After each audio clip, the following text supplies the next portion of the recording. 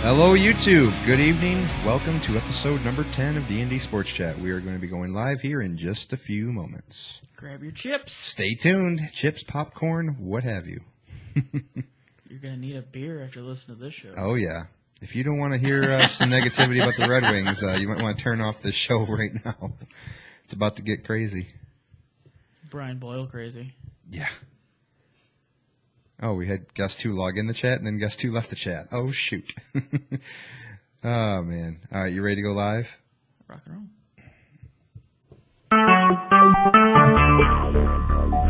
Talk shoes. Recorded live.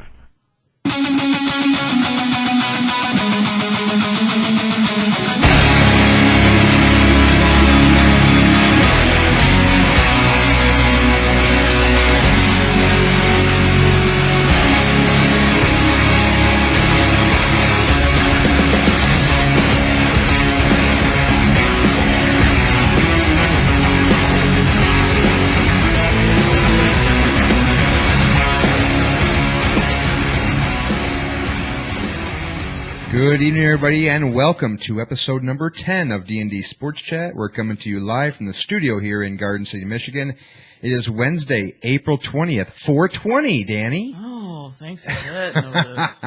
I know. That's why everybody was rocking around College Day stoned. Yeah, if the eyes were a little bit glazed over today and people were kind of walking into things that didn't seem quite there, you would know that, yeah, today is 420. Did you smoke a bowl today? No, definitely did not smoke a bowl. I had some Cheerios, though. Does that count?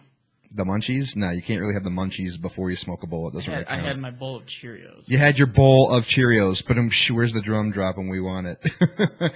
Nah, the worst that I could probably do is smoke hookah, but it wouldn't. I could fool some people on Snapchat by blowing the smoke into the camera. I'm sure people. Gullible. Yeah, but then they'd think, oh, Derek Partin smokes weed. No way is this possible.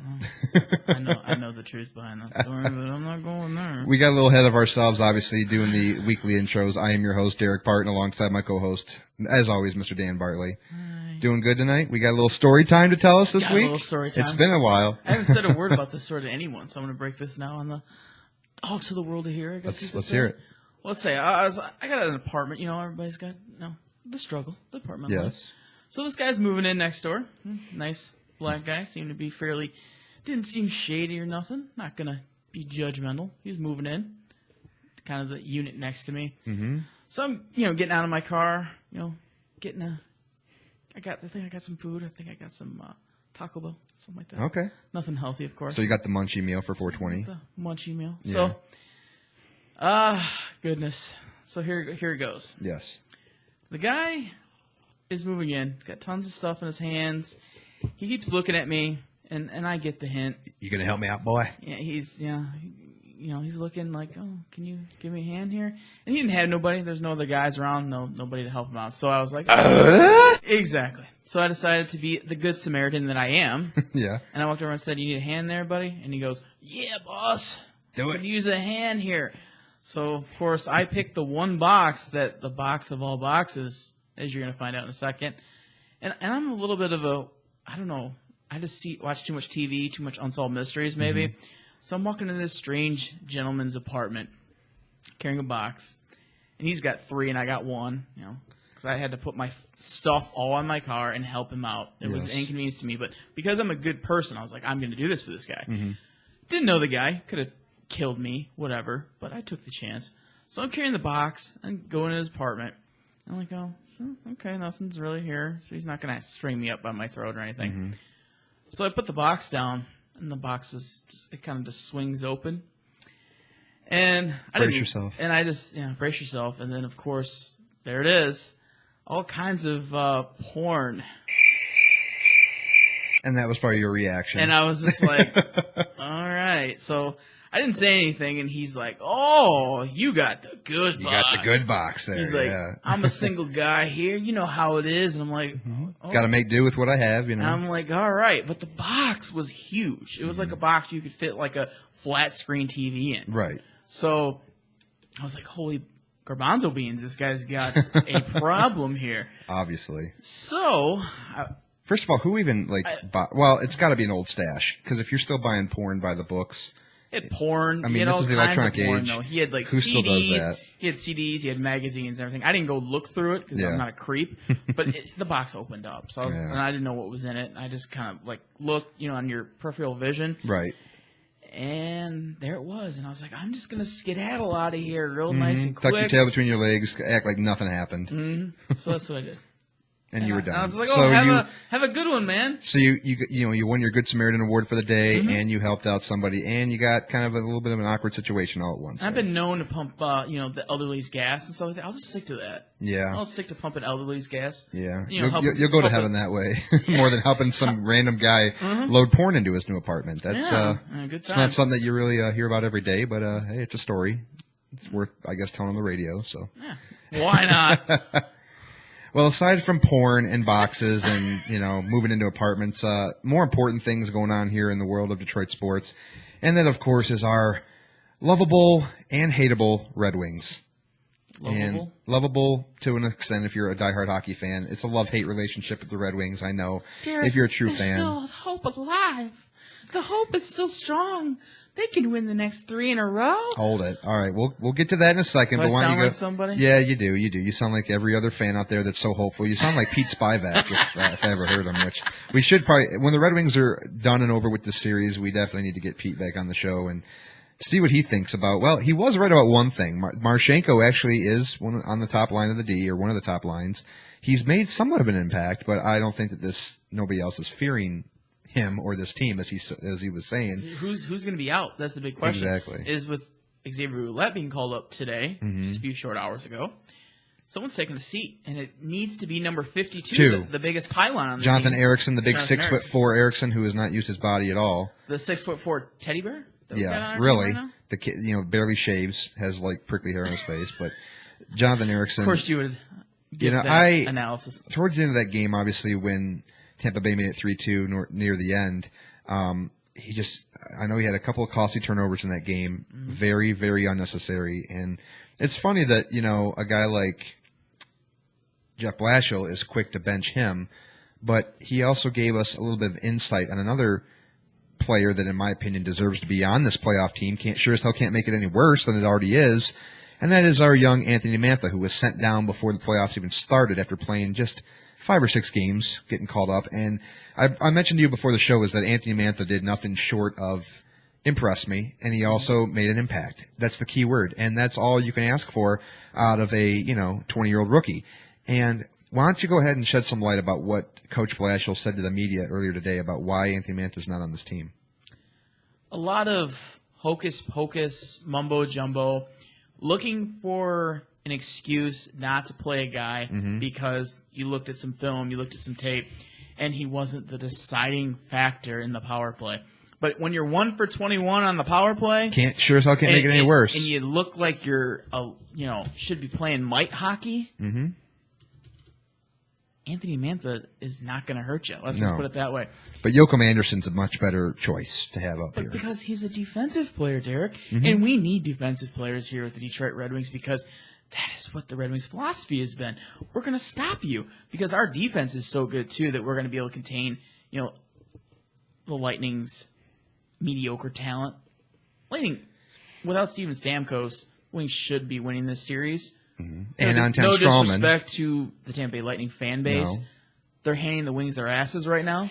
And it's something that I've foreseen. No one else on any show, not you, not Chris, not Steve, nobody on my other show on In the Box. I knew it was obviously going to be tough. It wasn't going to be a cakewalk. I mean, that's why I picked the Lightning in 7, but I was the only one. And I'm still going to say I could be wrong on the 7 games. It could be over tomorrow night.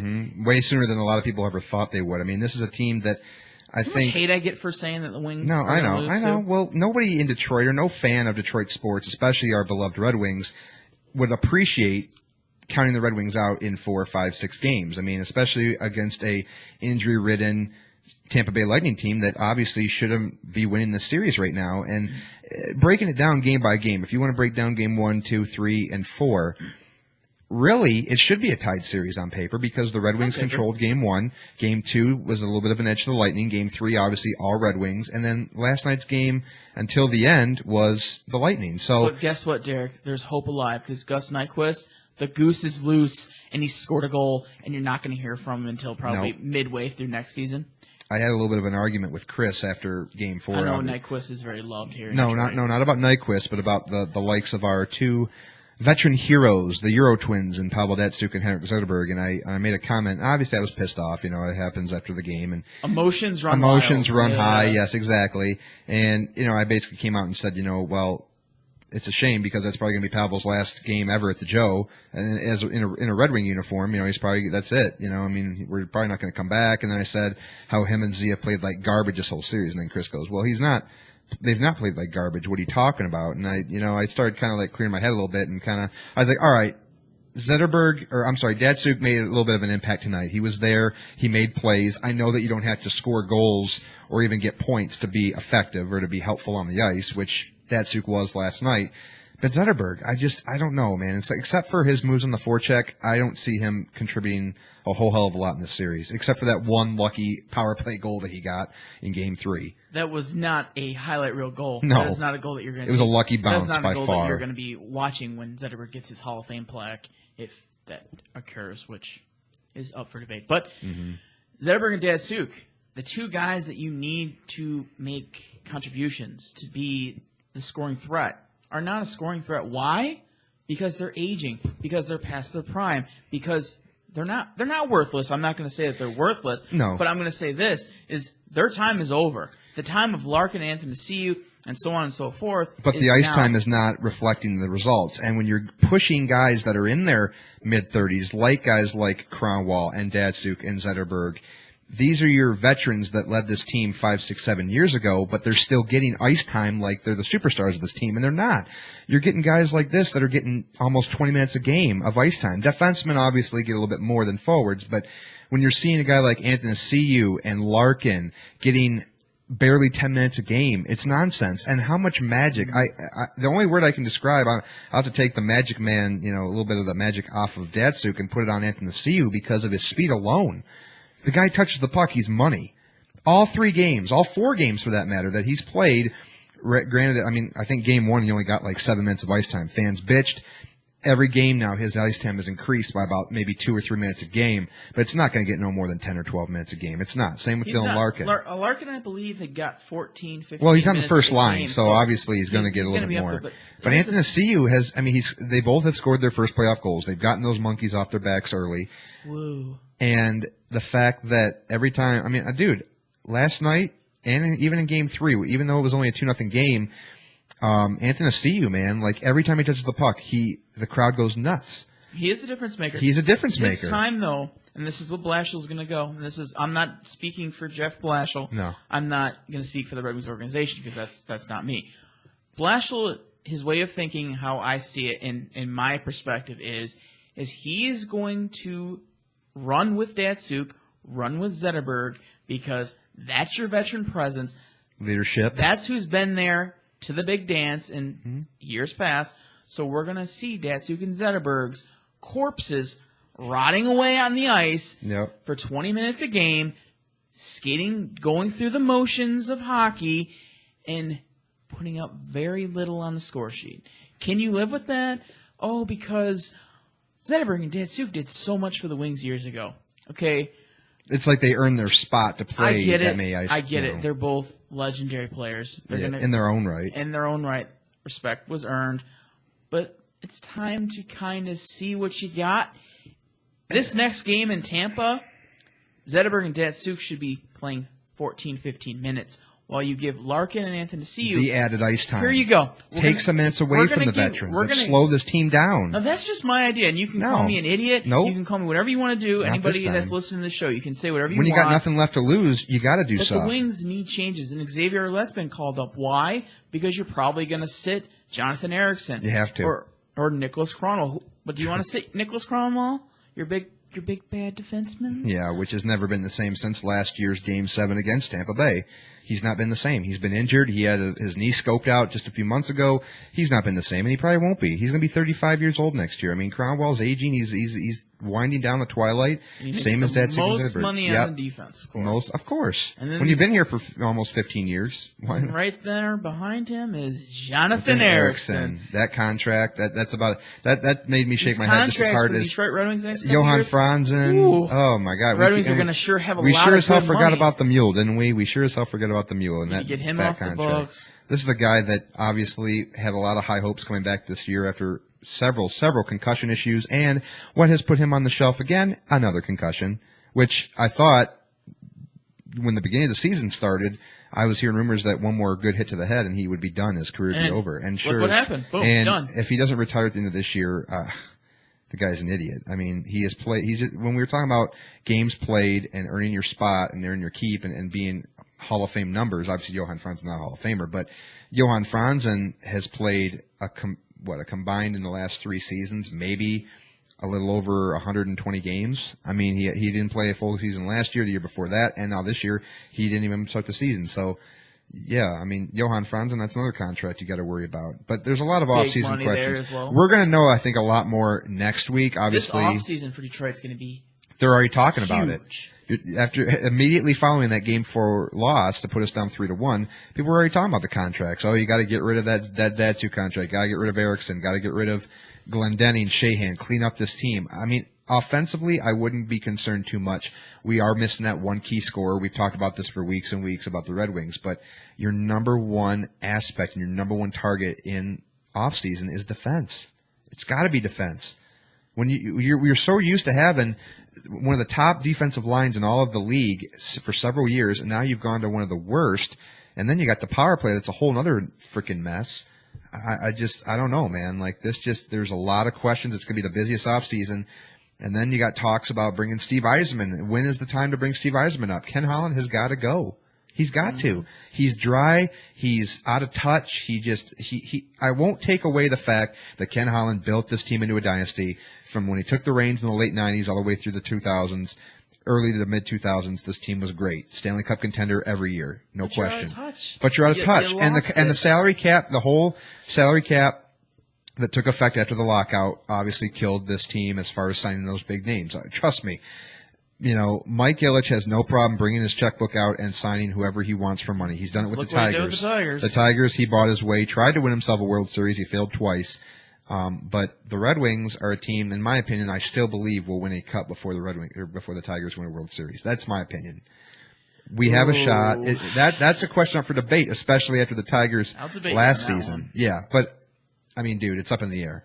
If the Red Wings win it in, like, say, 2020, the Tigers are probably going to win it in 2021. It's that close. It's very close, but I would still say that the Red Wings have a little bit of a slight edge as far as their chances.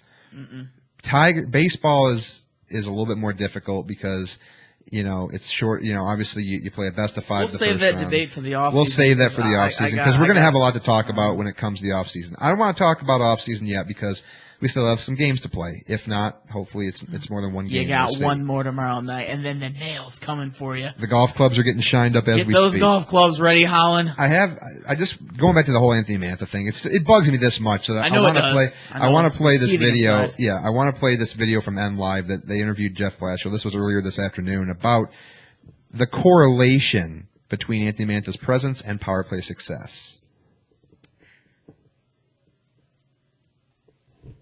First, I mean, I know the stats, obviously.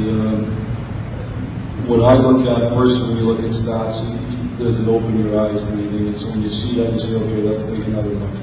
Is there more there? Or is it, I guess the biggest thing is a correlation, a direct correlation and no correlation. That's the judgment that we have to make beyond just the simple statistic that he was on the ice. My feeling right now is we don't feel the correlation is as heavily related as you might looking at that statistic. When I go back and look at the goals and the goals that were scored, it's obviously a small sample size, and I think anytime with a small sample size with statistics it gets dangerous. So I went back and looked at the goals that were scored and said, I can't say that that's the direct correlation of why we had the success at that time. Putting it all on his shoulders that he was the reason why. And I also can't say, as I look at the issues we're having right now, that it's by any stretch been because of a lack of a job done by Riley Sheehan and Justin Advocate, who's the spot that Mantha ultimately was in. It's something we talked about. I can't say whether we're going to do it or not. Right now it doesn't look like it. And the reason why is because Ken Holland told me to. Be strong when I look at the actual footage of the video. So that basically goes to tell you that he's talking about a small sample size of 5-6 games what Mantha played. I agree on that. But I think he's also being fed all this bullshit from Ken Holland. Basically Ken Holland, saying, here's Ken Holland. Because here, this is what you're gonna say. This is right here. He wrote that speech for See him, that? no doubt. This is exactly what you're going to say, and you better say it because want to know why? Anthony Mantha is being dealt in the offseason. We got to make sure that these fans have no reason to believe that Anthony Mantha is going to get called up at all this season. He was no more. You heard him. He was no more than a short stick in that whole run with last year and the Griffins, and when he was up here. They have it out for him. They have it out. Ken Holland has it out for Anthony Mantha. The whole front office does, and we talked about this last week.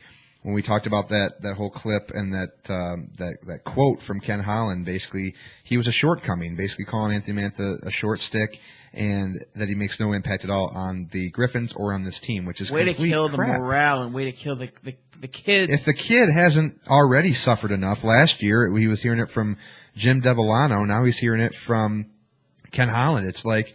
And this correlation I'm asking to be crap. traded right now. I'm going to Holland and say you're going to trade me now. Yeah, I don't want this. Why would you want to rot away when you have so much, potential to be an asset? Maybe not so much an asset, but at least some sort of an impact. And that's the only word I can use for Mantha because he's a rookie. Because, like Jeff Blashill said, it's a small sample size, so you can only judge off of what he did. But our power play was significantly better. And he scored his first goal. He got points. I think he had a goal and 3 assists, 4 assists, whatever it was, in 6 games by a rookie that's also playing on the fourth line. I'd say that's pretty damn good. I mean, I don't know what more numbers you want, but when you're saying that you're going to bring up a guy like Joachim Anderson to be that person, that more veteran, that defensive specialist, and that face-off specialist, which, like I said before, 10th on the team. Hello. So now with Blashill's points, and I'm not going to stick up in any way, but with Mantha, it was an extremely small sample size. I will say that. So you did see a little bit of flash. We all got excited here. I was excited. I was a big Mantha supporter. Yes, I know what he did in junior, and I know it's junior, and yes, a lot of people have put up a 100-point season in junior. Yes, I was thrilled. We actually have a guest on the call right now. Who's this? Hello. Is this Chris? Yeah, hey, what's up, you guys? Hey, man, glad you made it on. What's going on? Not much. I actually haven't got a chance to listen to you guys' show today, so I don't know what you're talking about. I just know I wanted to call in. Good old Detroit Red Wings. What do you think we're talking about? It's the beginning of the show, and you caught us right in the middle of our Detroit Red Wings ripping session. I thought maybe you guys were talking about wrestling. No wrestling. No, not right this now. week. There's really, since it's WrestleMania season's over with, we're not really talking much wrestling here. But that's awful. Well, what's the problem with the Red Wings? Is they're doing great. I hope you're taking that with a lot of sarcasm. Let's see. They suck. Thank God. All right. Like, if one thing I've been battling all day long, and I'm like beyond frustrated. I know. The tweets speak for themselves. Mm-hmm. Basically, all day today I've been pondering with the idea that Ken Holland, your time is up. He gone. Get the hell out of here. Don't even start with that.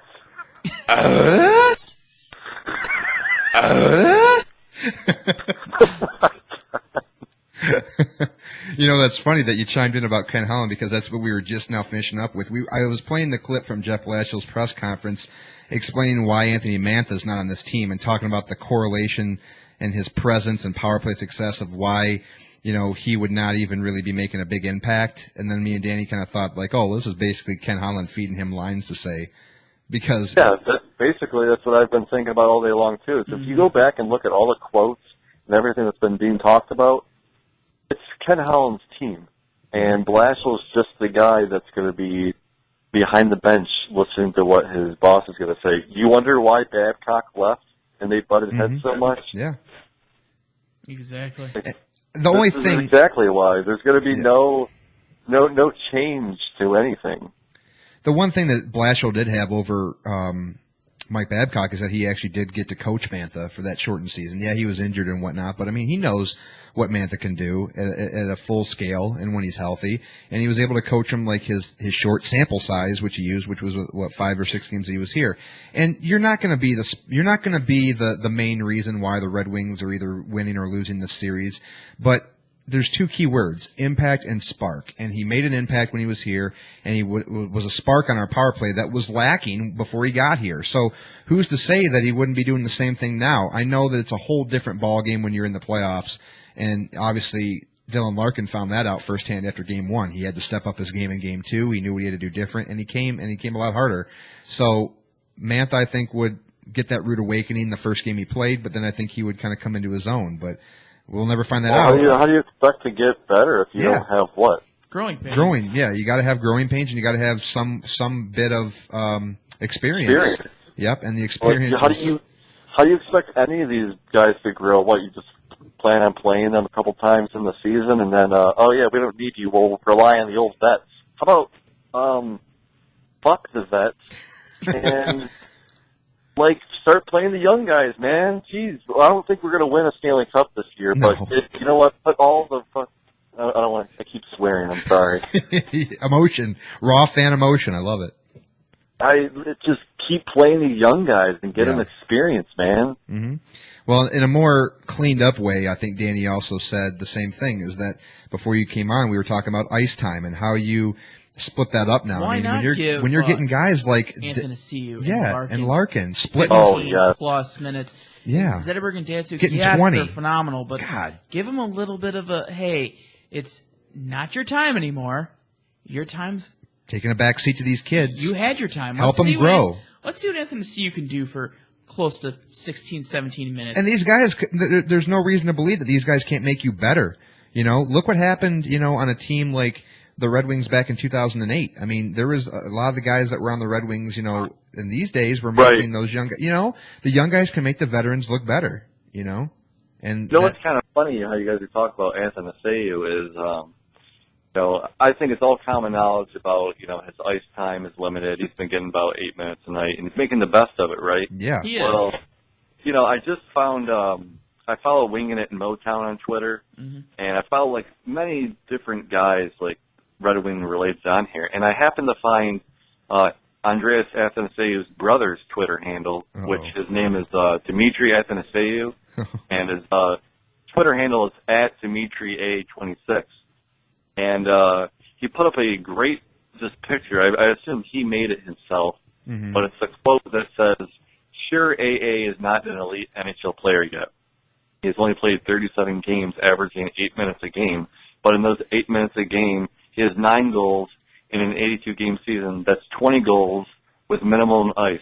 Let's double his ice to 16 minutes a game, which is an average amount of ice. That's 40 goals with 0 power play minutes. Not bad for a rookie. Imagine the future and the now." A lot of that is all also in theory, and a lot of it is off of just prediction if you were to increase his numbers, which, everybody's going to have a slump. Hell, Dylan Larkin had it for quite a while this year, which he could have easily been a 30-goal scorer had he not had that slump. There's no doubt about that. And do I think Anthony Seiyu has the potential to be a 30-goal scorer? I think so. Yeah, but the absolutely. the ice time, is obviously it's a key. And, is it really all on Jeff Blashill? The ice time? You can say a lot of it's come from the head coach, but is Ken Holland having any say in this ice time thing, you think? Or anybody else behind the scenes? Like you said, I know all this is in theory, too, and a lot of that was just kind of hyping me up. That it's everyone wants to see this guy. You know what I mean? Yes. Can you imagine what it's going to be like when he plays a full season and that, this and that? And maybe it might not be the best time to play these guys, in the playoffs, when we want to win these big games. I get it, you want to rely on the vets and all that jazz, but when he's creating so many opportunities and Larkin's doing what he's doing and all these guys, it doesn't add up that these vets just I don't want to say Datsuk and Zetterberg aren't doing anything, because we were talking about this earlier too. Just because they're not producing goals, doesn't mean they're not doing anything. Yeah, and I said that too before the show. I said, I was texting you last night after the game. I was pissed off, and I was just wanting to blame anybody and everybody on the team. But the thing is here's my thing. I'm not going to point the blame at them, but they are Zetterberg and Datsuk. They are your big-time guys. Leaders. They need to contribute, just like for Chicago Blackhawks. Yes, they have a star-studded lineup, but you think Kane and Taves go down and they do absolutely nothing? And look at that series. 3-1 Hey, you know what? St. You're Louis. absolutely right. Like 110% right. You know, I don't want to, get off on them and just say like, oh, they Datsuk and don't Zetterberg score goals. Well, have to then do blah blah something. blah. You're right. They, like I think Datsuk was last game finally hitting like his spark. You know, That's what I mean? said. Like He made an impact a little bit more than he did. And I guarantee you, tomorrow night he scores a goal. Datsuk? Datsuk does something because he's going to say, "Oh, this is going to be my last hockey game." In This the is NHL. me, NHL. I'm going to go up there and I'm going to get a hat trick. I'm going to score tomorrow. I want the hat And- trick. Oh man, Datsuk has a good game tomorrow. The Red Wings last win. night the probably Wings should have still been lose. his last Wait. game at the Joe, or possibly the last playoff game at the Joe. How much? Like, what that's been. How much motivation, or if there's any somewhat a little bit of life in the Red Wings, is there enough life to say we can go out there and we can win Game 5 in Tampa? I mean, you were close Do it in for Game Pavel. 1. Do it for yeah, Pavel. Here do it we for go. Pavel. All the Red Wings fans are going to fly to Tampa now to see Pavel Datsuk possibly play for the last time, and they're either going to be surprised or they're going to be very, very disappointed. You know what I think the Red Wings should do is I think they should draft Kevin Owens, and Kevin Owens should give everyone a pop-up power bomb. Everybody on this team. Through Yep. the ice? Yep. At least Yeah. that'll get Yeah. the fans riled up. Tampa Bay beyond has pissed me off. Let's talk about before I talk about this power play, which for going into Game 4, both teams, their power plays suffered. Tampa was 1 for 14, Detroit was 1 for 17. We know what team showed up on the power play last night. It was the biggest difference maker of all. But as far as the line matchups, now everybody's been talking about the line that is going up against the Tyler Johnson line and against Kucherov and how Glendening He's been at home the past 2 games. There's no excuse for that. and how Glendening, Shahan, and Abbey have been containing the line, which I think they've done a pretty good job the last 2 games. Kucherov is just in a league of his own. 5 goals. I mean, for a defenseman? Is he a defenseman? Look up Kucherov. No. No, I got him mixed Forward. up. Yeah, I got him mixed up. But Kucherov, dude, is like in a whole nother league of his own. I can't believe it. And their power play last night, picking us apart, it was like hot potato. And they were in the right zone. And Their game-winning goal, you got to give credit where credit's due to how do you pronounce his name? Druin. Not Druin. Druin. Jonathan Where- Drouin. Jonathan Druin was the cancer on this team. I guess it's Steve Eisenman. Jonathan Drouin. I told everybody, and Oh, everybody, God, here and we everybody hates to say this, but I said Jonathan Drouin, if he's going to play, he's going to do something, and all of us Wings fans are And gonna Steve say, Eisenman "Oh had to my make a real gosh." big decision there because him and Eisenman didn't see eye to eye. He has good hockey IQ, and that tape-to-tape pass that he passed to, Andre Palat, who got the game-winning goal, like, he knew right where he was at, and that's all he needed was a little tap-in, and that's all he needed. Granted, after a real... Fuck you.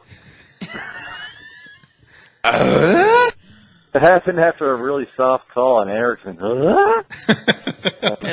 Don't mention that name. My goodness. Hey, when I think of Jonathan Erickson, I think of... Because, I mean, dude, I the think guy of a was terrible. 6'4" teddy bear. A 6'4" teddy bear that has made no impact at all on defense, and that's When I exactly think why... of Jonathan Erickson, I think of cha-ching, cha-ching, cha-ching, because he's getting paid to be a bum. Yep, he's getting paid to be a bum, to be one of the top lines out there on defense, and he's just made nothing. He's like the puck giveaway master. I used to hate Kyle Quincy exactly for that reason, for being a giveaway master, but now I got to give that to frickin' Erickson, because I'm not saying obviously all the blame was on him that we lost Game 4, but I mean he made a lot of real questionable, stupid moves and giving away the puck. That's Jonathan Erickson. That in a is him, nutshell. and he's getting I paid. tell you what, I'm supposed to go back to Holland being an idiot. Yeah.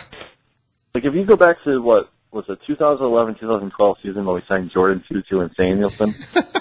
Great signings. Oh, hear me out. There's an example.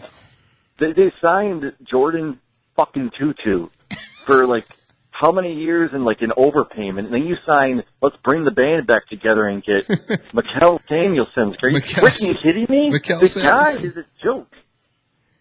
Goat face? That's didn't he look more like a rat? Yeah, rat face Samuelson. Rat face, not a rat face Samuelson. goat. And it wasn't even done yet because we got Mike Commodore, which granted he's hilarious on Twitter. Oh, he is because he hates Mike Babcock. Yeah, his comments are oh off my the God, wall. he has so much hate for Babcock. How he treated him here when he was a Red Wing. Yeah. So to close out the hockey segment, predictions for tomorrow night. Expectations. They're low, but I'm Ouellette- going to say the Red Wings win. Who's coming only. out of the lineup? Is it Erickson? Because Ouellette's been called up. Well, yeah, obviously. If Nope. you're gonna wait, what? Erickson's staying. Are you kidding? They're not going to bench him. Who's coming out of the game? They called up Xavier Ouellette, so who's going to take a seat? Not DeKaiser. Shit. Poroshenko. Oh no, dude, he's actually Poroshenko. he's been physical. He got quoted. Listen, I just read on Twitter that he got quoted upper body injury. I'm pretty sure it's something about Oh. concussion symptoms.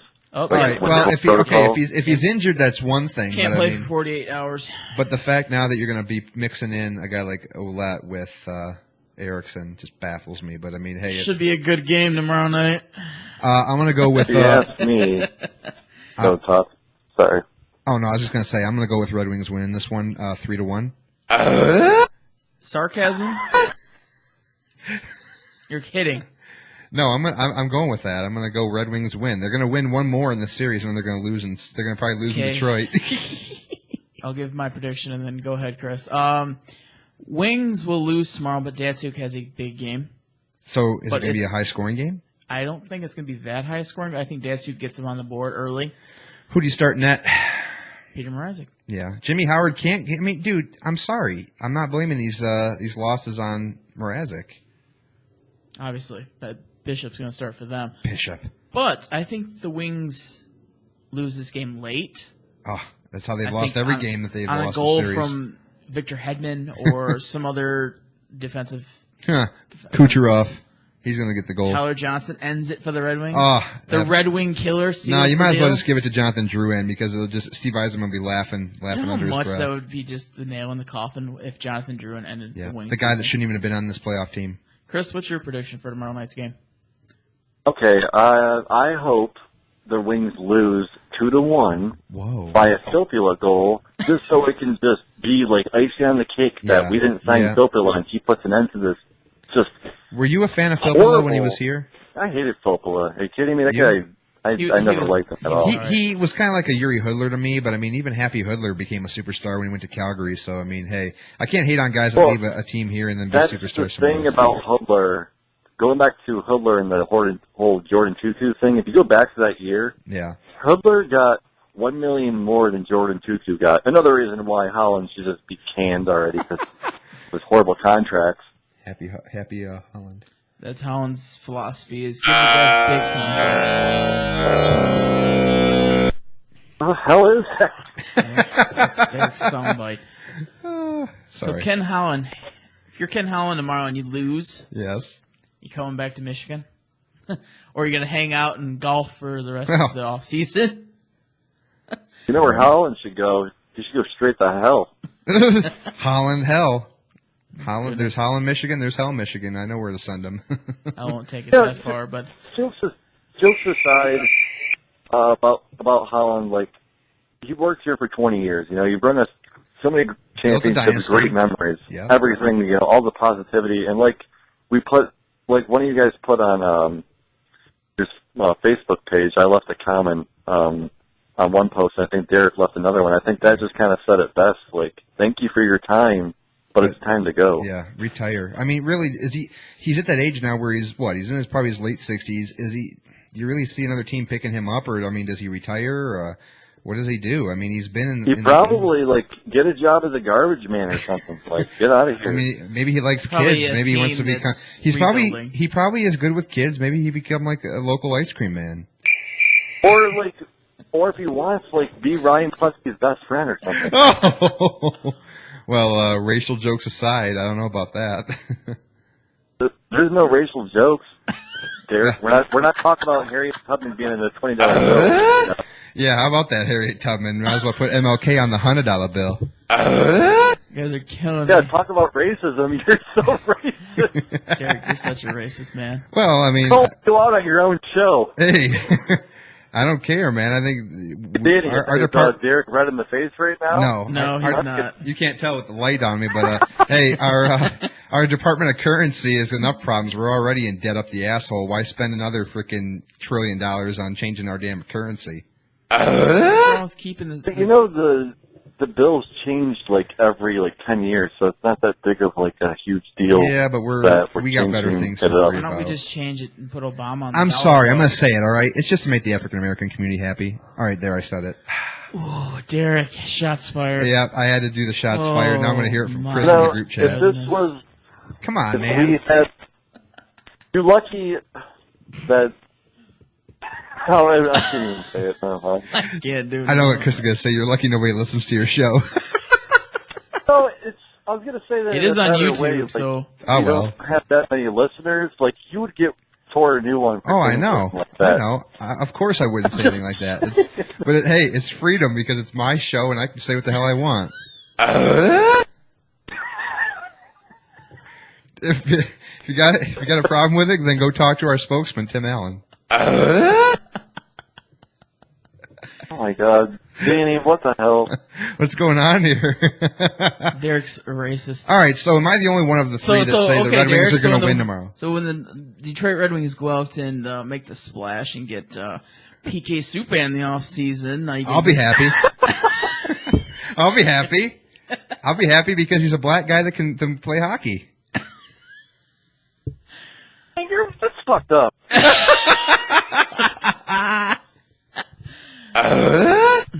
Why not get Wayne Simmons while we're at it too? We need some Yeah, I was just toughness. about to say Wade Simmons. Wayne Simmons, if he's not getting too. if he's not getting bananas thrown at him, I like Wayne Simmons. What the hell does that comment mean? He got a banana thrown at him in Philly. That was in Detroit in a preseason No, it game. wasn't. Wasn't it? No, I did remember reading. No, about that was something. not. I think they were playing Detroit, but it was a Philadelphia fan that threw it at him or something. Derek, you're a horrible person. Whatever. Moving on. And with that transition, go Pistons. Yeah. Yeah, go Pistons. We're up right now, I believe, aren't we? But we're not talking about Pistons yet, Chris. That segment's short and sweet. That's yeah. Like the Pistons series against But the Cavs. Chris, why don't you stand on the line because maybe you can add some insight to that Pistons segment there.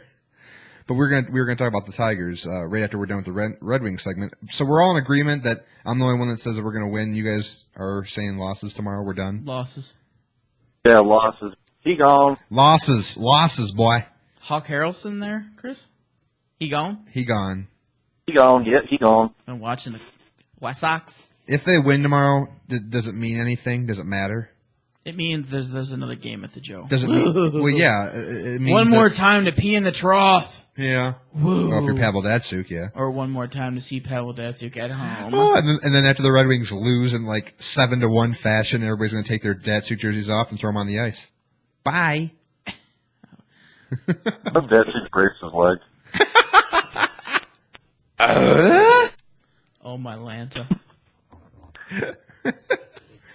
All right. Well, go Wings, I guess. I don't know. It's hard to hope on any kind of bad news for this team, but I mean, I want to be optimistic, but I just Not after the that. optimism has been sucked out of me this series. I mean, just think about it, man. At least the series last Totally. year, we had probably a less intimidating team last year. We didn't show no physicality last year, and we took it 7 games. We should have won the series because we had a 3-2 lead, right? My God. Trying to pull a reverse psychology card out there, Derek. Well, I'm just saying. I mean, we have a better team technically on paper this year than last year. I mean, Yeah. what's the excuse this year? Another first-round exit for the Red Wings. Woohoo! The Yeah, excuse. serious husband. The excuse is here's Red Wing excuses. 1, it's Jeff Blashl's first year. You need to give him time. 2, the Red Wings have a young core. Their best players are all young. 3, they're distracted by Pavel Datsyuk's retirement situation. 4, you don't know who you're going to start in goal, Jimmy Howard or Peter Mrazek. Everything's up in shambles. 5, 5, you have a GM who doesn't believe in his team anymore and is out of touch. There you go. And 6, D&D Sports Chat is number 1. Yeah, that's it. D&D Sports Chat ratings are higher than the Red Wings. Let's just put it that way. All the Red Wing fans that are pissed off, we'll do a special D&D Sports Chat live tomorrow night after the Red Wing game, so everybody can voice their frustrations. breaking news. Did you just say that you're going to give out free T-shirts to all new listeners? Wait, what? Do we have T-shirts made yet? What? Who the hell did you hear this from? Derek, you told me that. I can almost see Chris's face next to me winking at me as he's saying this. Chris is not here. That's what I'm saying. Yeah, I'm not here. I'm on the phone, and Danny and I are going to be waiting in the car in Garden City, waiting for T-shirts. Oh my God! I think this is a little bit of a reference to softball. Our old softball days, we were waiting in. Was Danny there Sunday, Chris? No, I did not show up. I should have went, but I was busy planting flowers and perennials. Oh yeah, that's right. Yeah, we both were, I guess. Yeah, having a good old time. Flower gardening. Yeah. Sucks. Go Mighty Ducks of Garden City. Woohoo! Your point, Derek? My point is, I have my fingers crossed. You'll see it on video that the Mighty Ducks actually win a game this season, and I'm pulling for them. I just want to be here to see it. I appreciate it, man. How'd you guys do the past couple weeks? Close, I guess. I went 3 for 5. We lost both games, but we came really close to beating the second team. Oh, good. Are you guys still playing on the E-League? Yeah, Sundays at 1. Damn. For a beer league. Yeah, we got our all-star player, Donnie George. No way. Donnie George is on this team? Yeah, he's a free agent. We snagged him up, gave him a $5 million contract, showing the Mighty Ducks. Is he number 00 like Guy Germain from the Mighty Ducks? Well, he is a 0, so yeah, probably. Oh man, I want to post this show on his Kidding, Facebook wall. Dottie. Oh boy. Well, speaking of softball, baseball, the Tigers are up 1-0 in the top of the 6th. Jordan Zimmerman still hasn't given up a run. Jordan Zimmerman is still, his ERA is still at 0, so. That's a pretty good sign in there, eh? I guess so. Jokes aside with when I say this, I had a dream about Jordan Zimmerman last week that I attended his funeral. What the hell? I just wanted to say I thought he died in my dream. I just wanted to tell you that. You have issues That's about a very people dying. interesting dream. I think maybe Chris should be, speaking of death, I think Chris should be sharing something about Danny on the air, but I won't say it. Let's not do that on the air. Yeah, this was kind of What are you talking about? Yeah, say it now. No, not on the air. Go off the air, please. Yeah, I don't know if I But, should say this. But no, yeah, I'll leave that one up to Chris. No, stay on the line off the air. We can do whatever you want to do. It's just group chat fun. That's all. We're losing track here of our show here. What about them? What about them Tigers? So the hottest Tiger right now that I got to talk about is Ian Kinsler and Jared Saltalamacchia. Yeah, Salty's been Salty has homers just in been 3 straight. Yeah, he has, and I think he actually just set a record when he hit that home run the last game. I think he is the first Tigers catcher ever in the first 12 games to hit 5 home runs. Mm-hmm. So He's making you really not miss frown upon the whole holiday deal. Yeah, He's been a spark, and he's been hitting off good pitchers, and he's been coming in through the clutch. As much as James McCann is the future of this team, Jared Saltalamacchia is really just making you go, okay, we missed. He still got you a missed pop, you. yeah. You missed you, but Saltalamacchia adds that left-handed spark. He can throw out runners. He's been pleasantly, I thought for sure, surprising. When McCann went down, I was like, oh great, now we got a potential weak link in the lineup with Salty going in there. But that's definitely not been the case. I've been surprised. And I'll be the first person to say that when they made that move before the season started, I was thinking they were going to trade Salty. I was like, get rid of Salty. Not but after you sign him. If you sign him, you're not going to get rid of him. Yeah, but Cameron Maben, he just began his second rehab start, and his return is looming. Cameron Maben. Chris. I know Steve loves Anthony Gose. Listen to that name. Cameron Maben. Maben, like, get out of here. I know. I wasn't a fan of him when we had him on this team years ago. I mean, but who are you going to start? Cameron Maben or Anthony Gose? I know Steve. I remember when we had the party this past weekend. Yes. And every time we flipped over to the Tigers game, Anthony Gose would be batting, and Derek would go, "Oh, I got to flip this shit." And Steve would go, "Why? It's Anthony Gose." No, Steve hates Anthony Gose. It was reversed. Steve hates Anthony Gose. I thought you don't like Anthony Gose. No, I like Anthony Gose, but I was just pissed because we were losing. Steve doesn't like Anthony Gose. No, Steve hates Anthony Gose, yes. And I kept telling him, I'm like, dude, he's probably better than Cameron Maben. And Steve's like, what? Mute this guy. It was one of those moments, and it was like, dude, are you serious? Like, Cameron Maben can't even stay healthy. We'll see what Cameron Maben can do once he gets up here. Yeah, whatever. I'm not. Cameron maybe can go eat some almonds or something.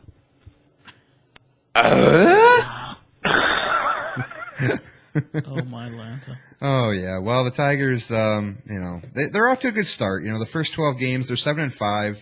Their bullpen woes are still in full effect, especially after yesterday. Our offense, it's proven that our offense, there's nothing wrong with our offense. We got one cold bat that a lot of people are kind of freaking out over, and that's Justin Upton. The big sign of Justin I thought Upton. you were going to say Miguel Cabrera. No, well, Miguel kind of pissed me off. Those 2 strikeouts with the bases loaded last night definitely didn't help. But hey, it's cold bat baseball. It's happening in the beginning of the season. Yeah, it's starting to warm up, but April is a very iffy month, and you don't really know where your bats are at until the first month of the season. So I'm not worried about Miggy yet, but no, you don't. People worry are about freaking Miggy out. at all. Obviously, they're going to freak about the newcomer, Justin Upton. He's already got 20 strikeouts the first 12 I told you. games. That was my hot take. 200 strikeouts for Upton by the end of this year. I'm not going to say 200. I'm sorry. Nah. It's just a hot prediction. 175. I'm really hoping I'm wrong. 175. But he does strike out. But a lot. that is exactly what Mike Ilitch and Al Avila, that's what they knew coming into this, is that, okay, if we're going to sign a guy that averages about 140, 150 strikeouts a year, he's going to compensate for that by hitting 25 to 30 home runs and batting you around 270. So knock off a few of those homers because you are in Comerica. But he can hit play 20. with San Diego. Petco Park is no short porch He'll hit as well. 20. He'll hit 20 or more. So no doubt. I don't see him having a big home run season. I believe that he'll have a good RBI season. Yeah. But as far as the home runs go, I think they're going to be a bit down. But he is in a great lineup, unlike future teams where he had to be the leader. I mean, I don't know. I mean, in a lineup with the Tigers right now, 200 strikeouts is, I don't know if that's going to happen exactly, but 150, I'll be happy. I mean, he's hitting second in the lineup. He'll probably get you 25 home runs. He'll probably hit you, I don't know, somewhere around 75, 80 RBIs. I'll be happy with that. I'd say up in the upper 90s. You think hitting second, though? Yeah, that is true. Batting second is you don't have a real opportunity to drive in Miguel Cabrera, drive in Victor Martinez, whoever. But you do have good opportunity to get on base. Right. Because you're going to see a lot of good pitch to hit, too, batting in front of Miguel Cabrera. Let's face it. Even if he is cold right now. But Blaine Hardy, though, I would have to say, like, after last night, our bullpen, it's early to judge, but Blaine Hardy, man, I'm not sold on this guy. He just came back on. I know, but even coming back on this As Jeff team, Blashill would say, it's a small sample size. Yeah, small sample size. I don't know, man, but and then another guy too. Can I just interfere and say that I don't know? Are you talking about Matt Hardy, the former TNA World Heavyweight Champion, or Blaine Blaine Hardy? Hardy? Blaine Hardy, left-handed Hardy, pitcher for the yes. Detroit Tigers. Yeah, Oh, okay. he My bad. gave up Sorry. he gave up a double last night. Gave up a 3-run homer. Yeah.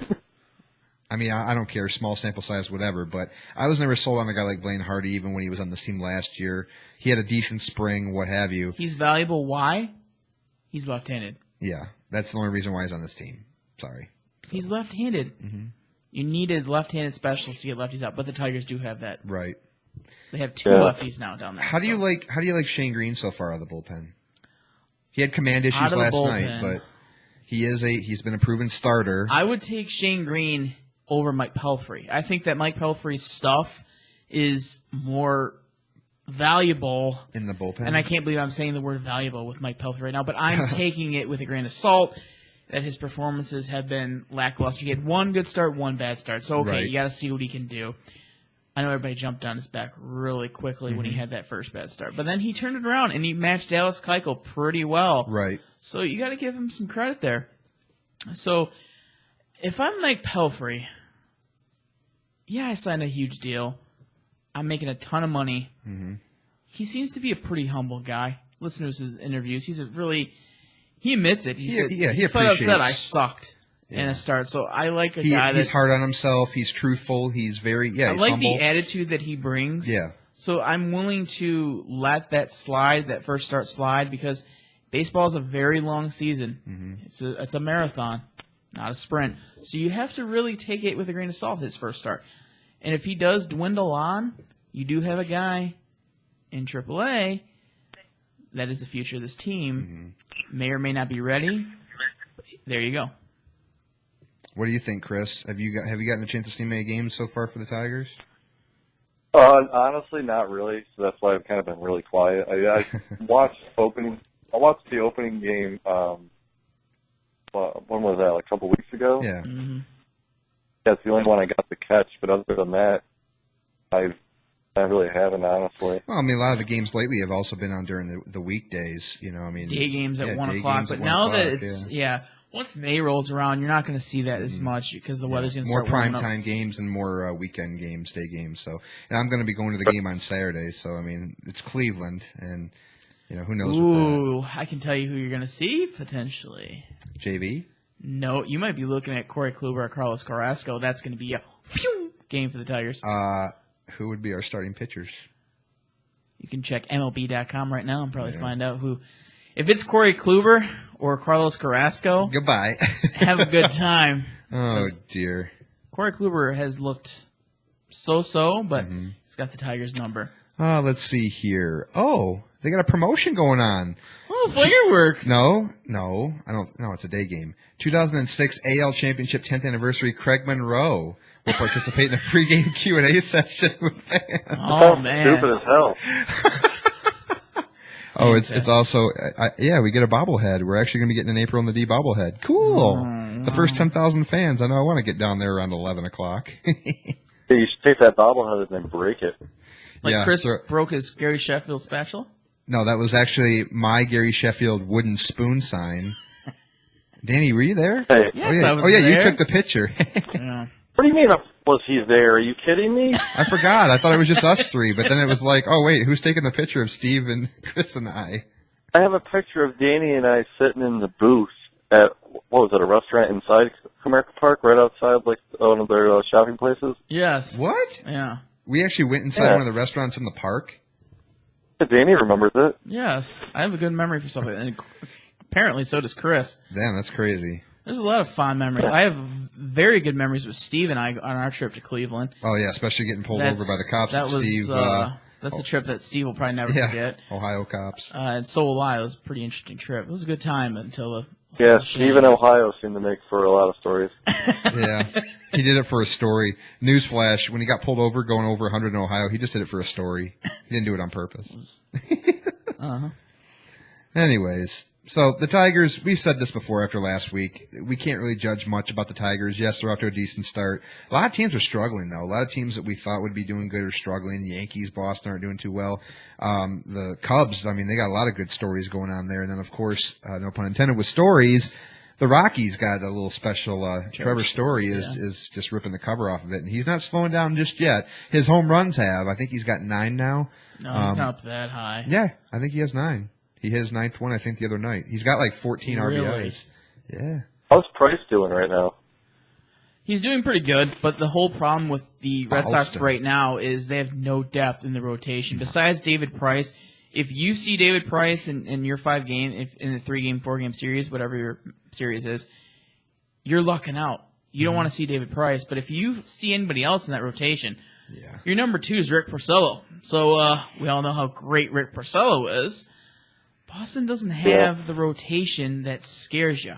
Yeah. And the thing that what Boston brings to the table, though, is they're going to go out and make a splash.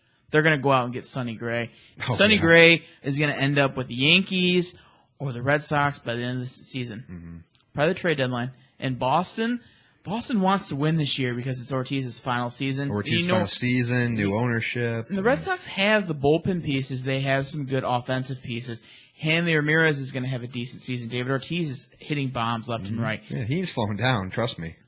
Mookie Betts, good player. Bogarts, very good, talented player. So they have a lot of guys that are really talented and a lot of guys that are going to have breakout seasons. So if they can get a starting pitcher like a Sonny Gray or like another possible asset, they can really make a run this year. And with Kimbrel on the back end, lights out. Mookie Betts, isn't he up for Rookie of the Year? Is he a rookie this year? Mookie Betts, no. Oh, was he? This is only like his second. Okay. Mookie Betts I took to actually win the MVP this year. Oh, that's who you chose. My bold, it was like my bold prediction of the year a couple podcasts ago. How's he doing so far? Average. He's doing numbers, good. Yeah. Still way too early. It's extremely early in the season, but for MVP right now, I know obviously you're going to say, Trevor Story, but Trevor Story is going to be that guy that you're pulling for.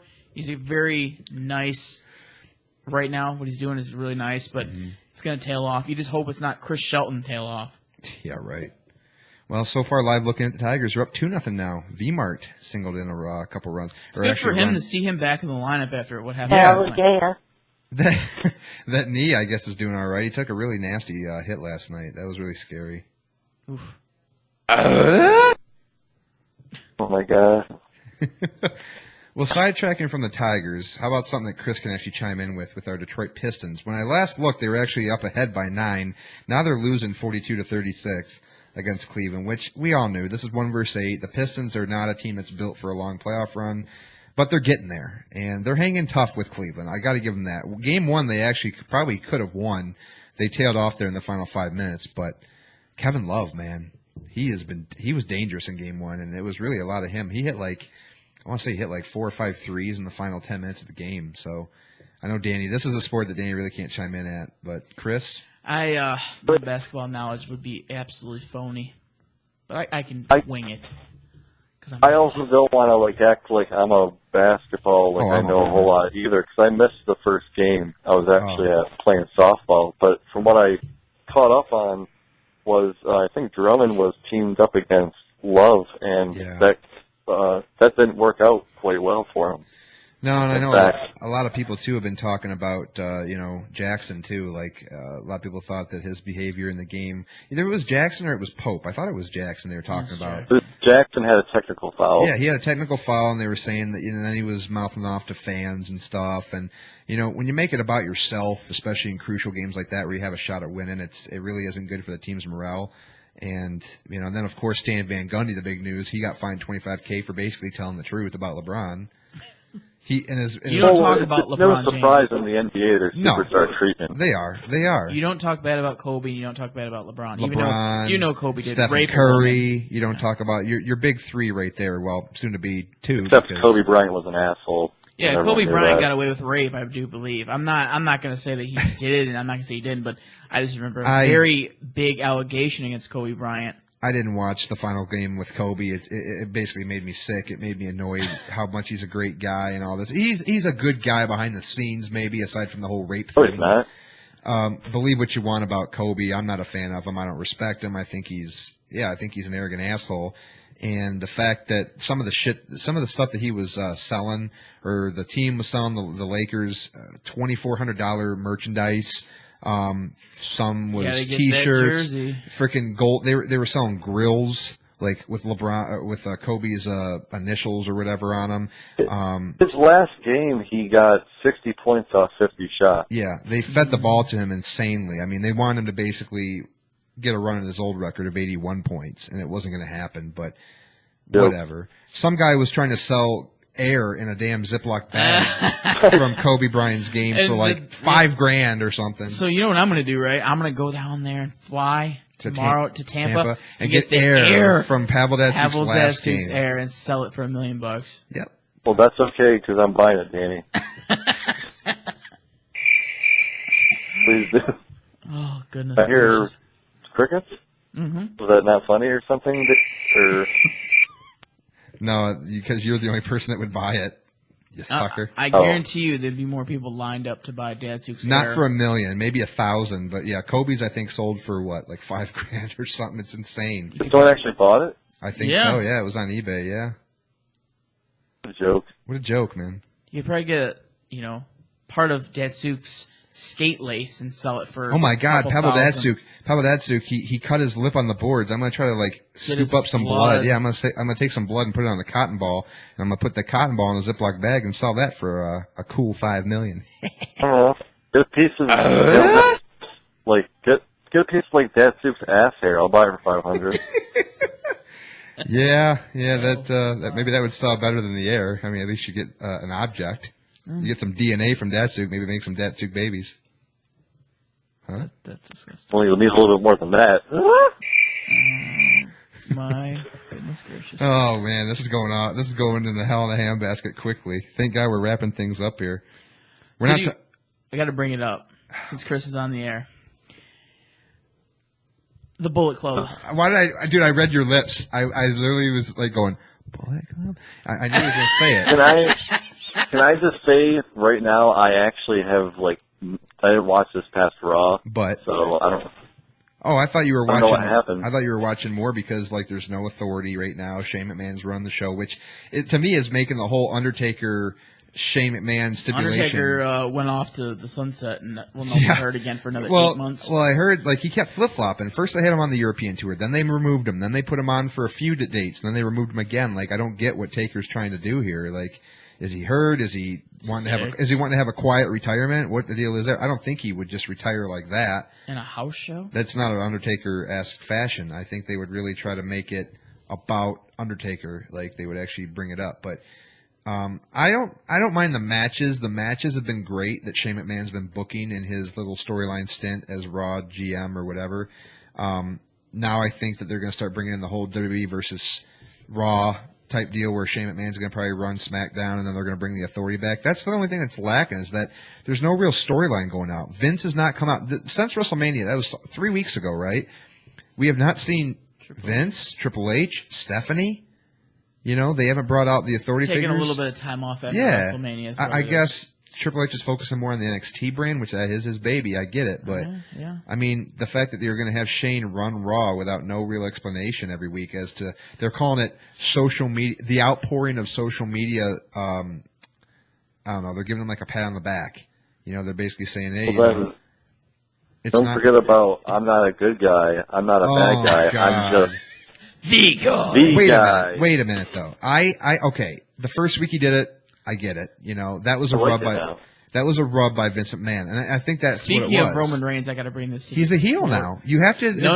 I got to bring this up right now. What?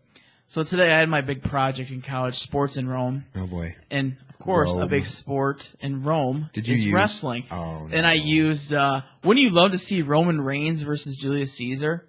Oh, Danny, no. And everybody started talking. I got everybody's interest in class. Yeah. I didn't get crickets though.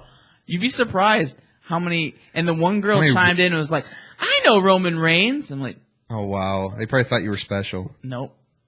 And then I sat back down in my seat, and then everybody wanted to talk wrestling. What? You'd be surprised how many people like wrestling in college. True story. Yeah, Derek wouldn't know that because he was too afraid to go back. Hey-o! Oh, shots fired. He was. Oh my god. But I'm excited for WWE a little bit now. I think wrestling's really kind of taken a back seat for me. Oh, it really has. Honestly, I'm not. I'll be honest. It's just there now. Our fellow friend Justin Harder, he hasn't come over now for Raw since WrestleMania ended. So it's just been me watching Raw, and I actually didn't even watch all of Raw this past Monday. Part of the reason why was because it was taped in London. I read some of the spoilers on No DQ. I found out what happened. Of course you did. Because that's what I do. So, yeah, I probably watched about maybe an hour of Raw. I didn't even see the end of it because I read about it and I was like, this is really lame. It was basically Roman Reigns, who was it? Roman Reigns versus frickin' Kevin Owens, I think it was.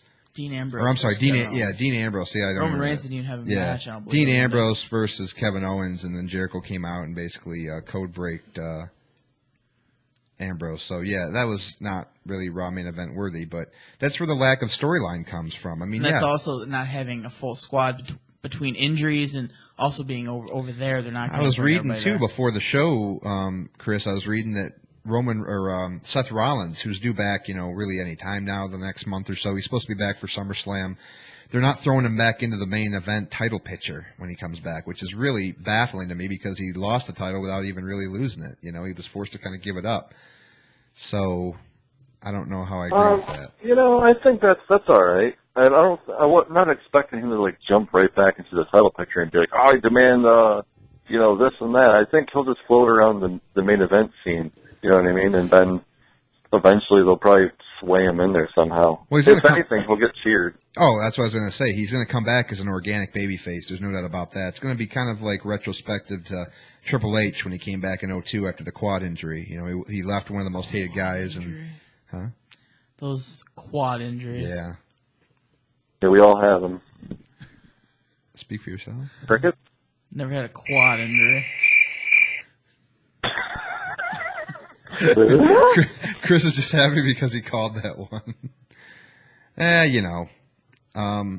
Triple H, not all of us, I guess, are like Super Cena, or in that case, Triple H when he came back months in advance. Seth Rollins, you know, for his injury, I mean, it wasn't really that much in depth, but at the same time, he's taken a lot of time off. Some guys just don't heal as fast as others, and same with Randy Orton. Like, he should be due back now anytime. I heard that he's going to come back, and they're going to put him in the main event picture, which you got to do heel Orton. It's the only way to go. You can't bring back Orton as a face, which he will come back anytime. It doesn't matter if you're a face or unless your name's Roman Reigns. But if you come back and if you leave and you come back after a while, you're more than likely going to get cheered just because you're well respected. You know. So why did you bring up Fear before the show today? Fear the Walking Dead. Why did you bring that up? Oh, I just. It's curious to why you brought up Fear the Walking Dead. I was just curious to know because, you know, some people have been watching Fear. It's not really to me, I don't really care. I'm more pumped for Game of Thrones coming back this Sunday. Go ahead, Danny. Go ahead and put up your Daredevil. Go ahead and pump up Daredevil and not saying Flash. A word about Daredevil And or the Flash or Arrow. Come on, Chris. What, Chris? You were ragging on. Well, I'll tell you what. Flash and Daredevil are more. Arrow sucks now, doesn't it? The Walking Dead. Ooh. Well, you know. Arrow kind of sucks now. I'm hoping that it improves as well. It's been just Me okay. too. Andy and I were talking a little bit about Arrow a couple days. I think last week a little bit. We wished the best for it, but. Well, I mean, how much longer can they run with it? Do you think? I mean, this is the second season of Arrow now, or third? No, they're way into it. Oh, They're I'm not thinking. I'm ending- thinking of Daredevil. My bad. But Yeah, Daredevil's got a long ways to do go. you think that Arrow's kind of winding down a little bit? No. You don't think? There's a whole No. lot of things that they're opening up, Damn. and there's going to be Plus, more. you got Stephen Amell's probably signed on for a little bit longer too. I mean, I don't know. I love Felicity. You love Felicity? Felicity, I love her and Stephen Amell when they kiss. I like it. Who is your favorite character? Is that who it is? Is Felicity, or do you like Laurel? My favorite character in that show. You know what?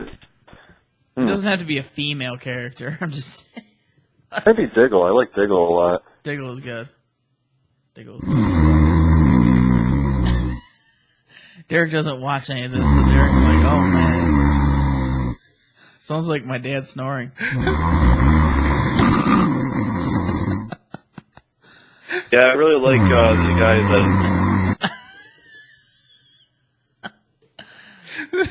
that. Derek's losing his brain cells over here. Go ahead, Chris. I'm sorry. I just couldn't contribute to that. I'm sorry. Derek can't handle Arrow and Flash. Right. He can't do it. He's all about the Game of Thrones. I'm excited. Go ahead, Chris. Sorry to interrupt you. Hello? Chris has signed off. No, he didn't. Please tell me he didn't leave. Chris. No way. Oh, my God, he did. He hung up. Damn it. Come on, Chris. Call back in. I know he probably just did that for, to piss me off. But, yeah, I couldn't contribute to that Arrow segment. I'm sorry. Or Flash or... Now, I probably won't watch those two, but I probably will eventually watch Daredevil. Daredevil, I get it why you don't want to watch Flash and Arrow because you probably think it's childish or teenage-ish, but it's not really... I wouldn't say it's aimed Daredevil, for you got my... Daredevil is definitely more towards mid-20s because it's more for us. You got me on there because it's more darker, I get it. It's darker, vulgar. It's not so kid-friendly. Mm-hmm. I like it. Daredevil is probably, it is my probably one of my favorite shows besides, The Walking Dead. Quote from Chris, "Aw, shit, I accidentally hung up, LOL." So he didn't hang up on purpose. Maybe he did, maybe he didn't. Maybe he's just messing with us. And the Pistons are up 49-47. They came back from their 6-point deficit there. Go Pistons. I caught that. What? You're very nonchalantly, your Pistons segment. Oh, no. I mean, we were done. Dropping the score. No, I was just giving a live look in. I thought there was no harm in that. I would love to be doing a show tomorrow with a TV like right here. And that way we can do the show. And it would be cool, honestly. Look at Tyler Johnson. And if my dad could mount a TV right here, I know that this is really hard to do because the wall is so slanted. But impossible. I know if he could actually run a line down behind there and just put a little 30-inch TV on the wall, that'd be tight. Who uses that word anymore? Tight. When you're talking about a female's. No. All right. I'll stop right there. All right. So, do we have any more to cover? Obviously, No. Fear the Walking Dead is very, very lackluster. No. I guess it's a decent. It is not lackluster. Yeah, it it's is. just I don't like it. I don't think it's lackluster. I just think it's lacking character development for. That Chris guy just needs to get thrown overboard. I'm so sick and tired of his hair and his face. You just love men's hair, don't you? Yeah, Undertaker's hair and whatever. His beefs with guys' hair. That's another thing because I'm all about hair, man. I'm not gay, but I'm also very. I'm Feminine, I'm a feminine guy because I care about personal hygiene and my hair. And trust me, shaving all my hair off when it gets hot out, or when you weren't there when I first shaved my head. We were at a restaurant or a bar. It was a bar. I think Chris was there. Caitlin, I think, was there. Justin was there. Steve, Alex. Oh, look at name drop here. Sorry, yeah, giving everybody the name drop. If Chris is listening in, he'll remember this because I think at that same bar, I want to say we ran into Chesko and Steven Sutherland there. Oh, the whole gang and the actor and all that. The old good gang stuff. that we don't really associate with those people. But anyway, I remember this because my hair was super, super long. It was the longest it probably ever had been. And I had been talking about buzzing it, like just buzzing the whole thing off. And I just remember if Chris was there, I was just very, very paranoid about my hair. And I didn't know if I could do it. And I was going home and I was like trembling. I had the clippers in my hands and I was like, zzz, all right, here it goes. And then I shaved my head and I was like, hey, it doesn't look half bad. But yeah, I'm very anal about my hair. I like. How long did it take you to shave your head? About a half hour. I thought it'd take you probably 2 hours. Well, to do the whole you're head. a perfectionist and you're Well, like, yeah. Today I actually OCD gotta like I turn allowed that myself a way. little bit of extra time before work this morning. I got up about 5 minutes before I usually do and turned the shower on, and I actually cleaned up my neck a little bit, cleaned up my beard a little bit, and just I was looking a little bit shabby. Normally I shave once a week. I shave once a week, but I'm letting Get rid of that playoff beard there. No, this is all I can really grow. I can't grow a mustache. Can't connect it. Oh man, Danny is actually pretty clean shaven right now. I guess I could grow it he's out. planning ahead. He has no faith. Whatever. What are you gonna do? So, anyways, is there anything else we wanted to cover? No, I think we covered it, and then some, and then some. and then some. We're gonna end it with this. We're gonna click my OR is almost Get your water. We're gonna end it on this note. Go Wings! If there's any fight or any kind of hope left, just try to go out there and just try to win tomorrow. I think they will. Danny and Chris don't think they will. It's not going to make a difference because I still think we're going to lose this series. It's pretty safe to say we all have no hope for the series, but yeah, it was a good run and another first-round playoff exit, so be it. Go Good. Pistons! They are actually, let's take a look here. They are actually, I think they were ahead by 2. You cover the Pistons more than you do the Wings. I'm sorry. When we're doing a show live and the Wings are playing, or the Tigers. Chris must not be listening in because he just said, because I told him to call back in and he's like, you guys are probably wrapping it up, aren't you? And I thought he was still in the room because his thing is still on. But anyway, yeah, go Wings, go Pistons, go Tigers, and all that cute stuff. So on behalf of myself, Derek, and my co-host Danny, we bid you a fond farewell. We'll see you guys next week. Adieu.